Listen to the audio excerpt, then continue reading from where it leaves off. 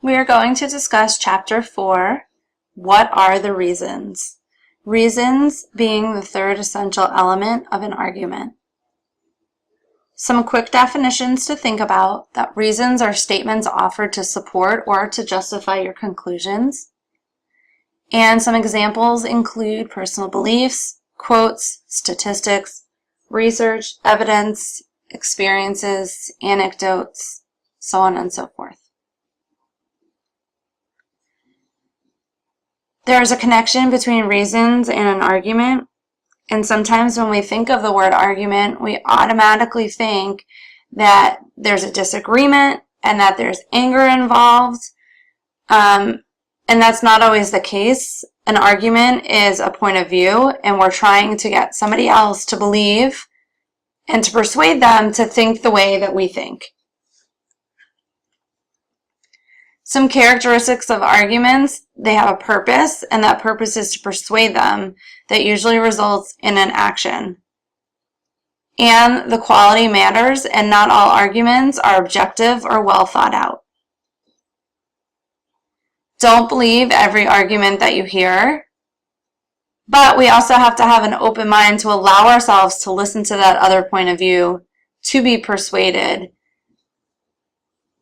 after we listen to the argument and the reasons, and look for hard facts and a clear, solid evidence. Some words that identify reasons, and one that pops out in this list is the word because. Normally what follows a because will be your reasons. Before we get into trying it out, think about what's going on in media today, and that is the big discussion and debate about measles and the spread of measles, and what can stop that is vaccinations versus anti-vaccinations. So think about both sides. Think of that argument that's going on. The next few slides, just read to yourself to try it out, to identify the conclusion and the reasons, and the slide that follows each will have your answers.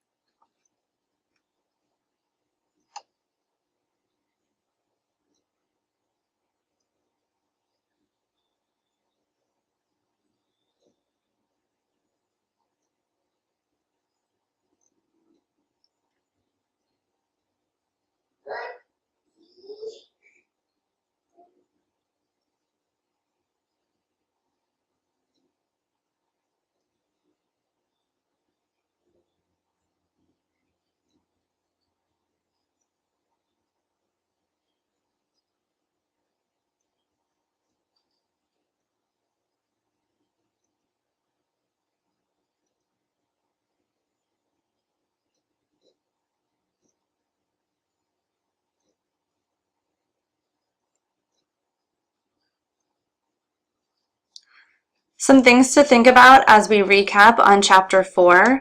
Claims should have an explanation or a rationale for why. Reasons act as the base for credibility of a conclusion. Proof should be there to support a claim.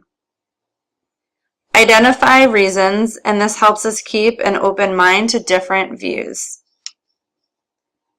Arguments have an intent, and that's trying to convince us, that ends in a reaction. Approach an argument starting with a questioning attitude, and always start with why. What answers the questions will be our reasons.